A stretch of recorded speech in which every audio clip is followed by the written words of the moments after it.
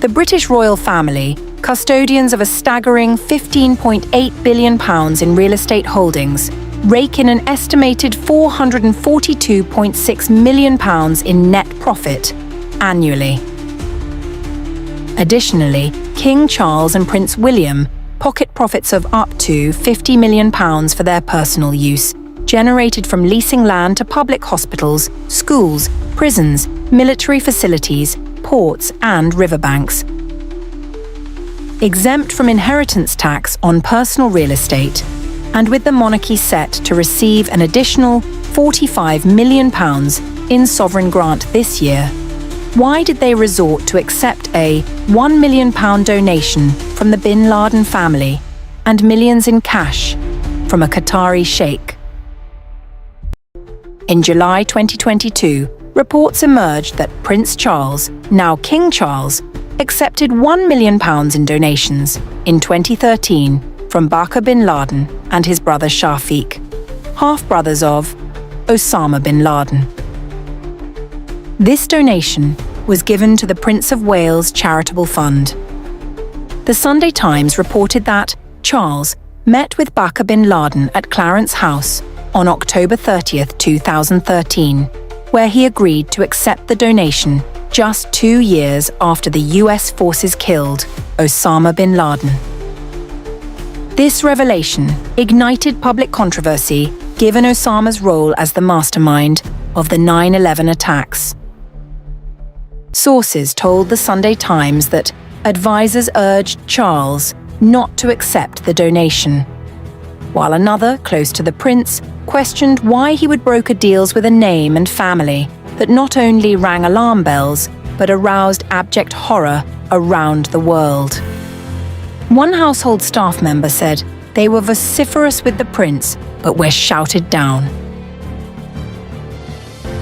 Reportedly, an advisor and trustee of the charity implored the prince to return the money, but Charles, fearing it would be too embarrassing, decided against returning it. Clarence House confirmed the donation, but stated that the decision to accept the money was taken by the charity's trustees following thorough due diligence. The Prince of Wales Charity Foundation chairman, Sir Ian Cheshire, said the donation was carefully considered by the 5 trustees at the time, and that information was sought from a wide range of sources, including the government.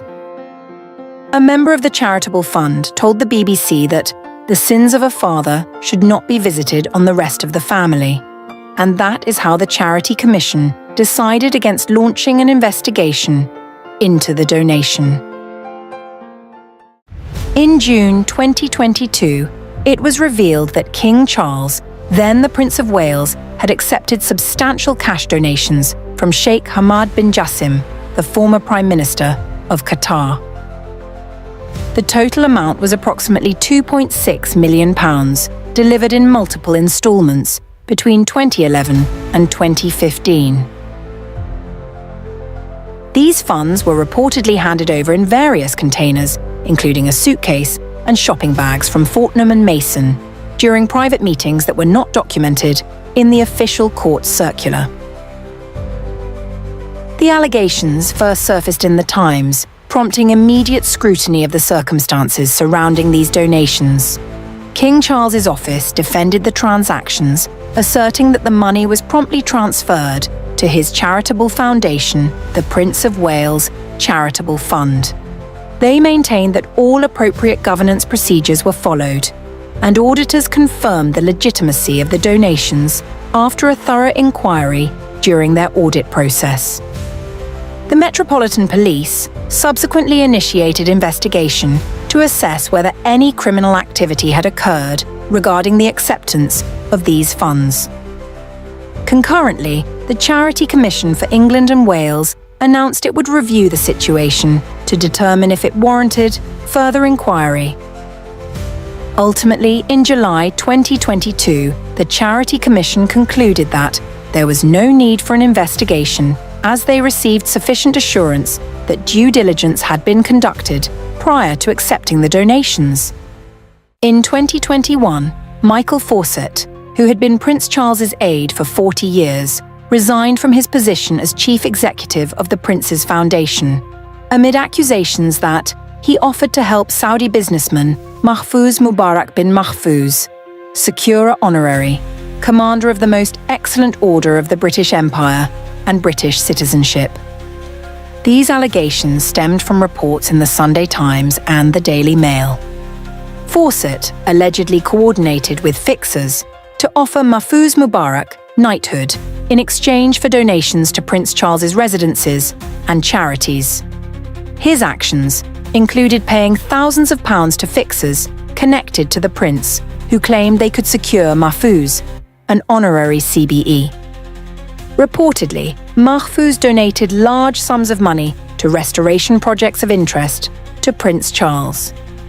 Douglas Connell, chair of the Prince's Foundation, stated that Fawcett offered to step down temporarily while an investigation was conducted, an offer the Foundation accepted.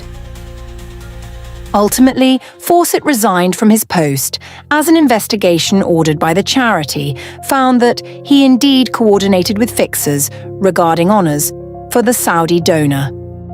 The Office of the Scottish Charity Regulator also investigated dealings at the Prince's Foundation and found that Fawcett exposed the charity to substantial risk.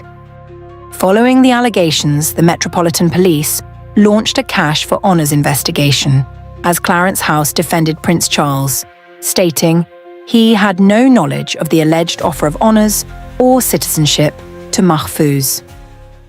The Paradise Papers, a leak of 13.4 million documents, totalling 1.4 terabytes, exposed the offshore financial activities of numerous world leaders, wealthy individuals, and companies.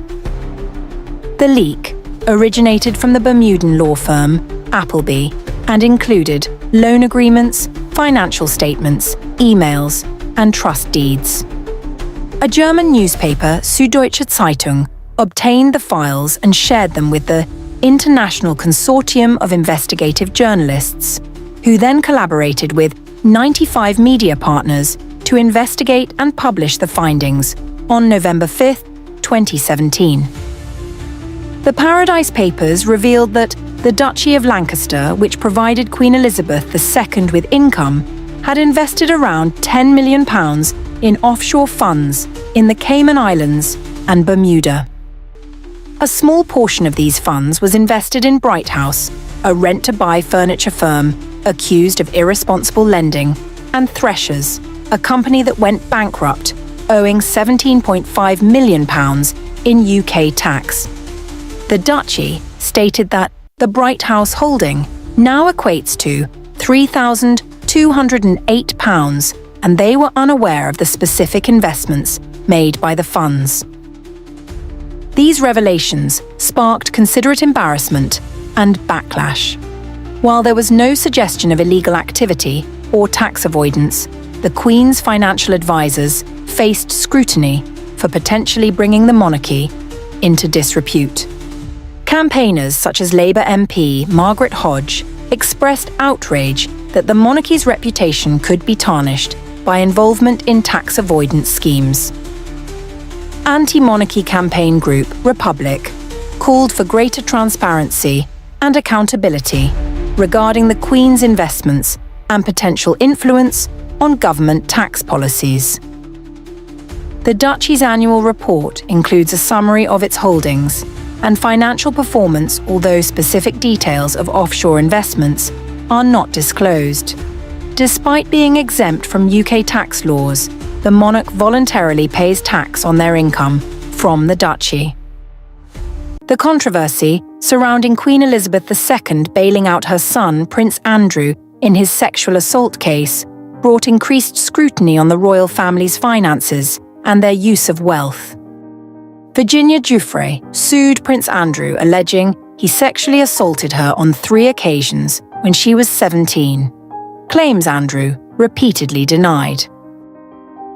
Giuffre stated that Andrew forced her to have sex with him at Ghislaine Maxwell's London home, at Epstein's mansion in New York City, and on Epstein's private island in the Caribbean. In February 2022, Andrew and Virginia Giuffre reached an out-of-court settlement. And although the settlement terms were not publicly disclosed, it was estimated to be around £12 million. As part of the settlement, Andrew made a substantial donation to Giuffre's charity in support of victims' rights. Queen Elizabeth reportedly contributed £2 million towards the same. While the exact source of all the funds remains unclear, the Treasury stated that no public money was used for the settlement. Even though the money was not from the taxpayers, the Queen's involvement in funding the settlement drew backlash amidst cost of living crisis in Britain. It raised questions about the propriety of the royal family using their wealth to address serious allegations against a member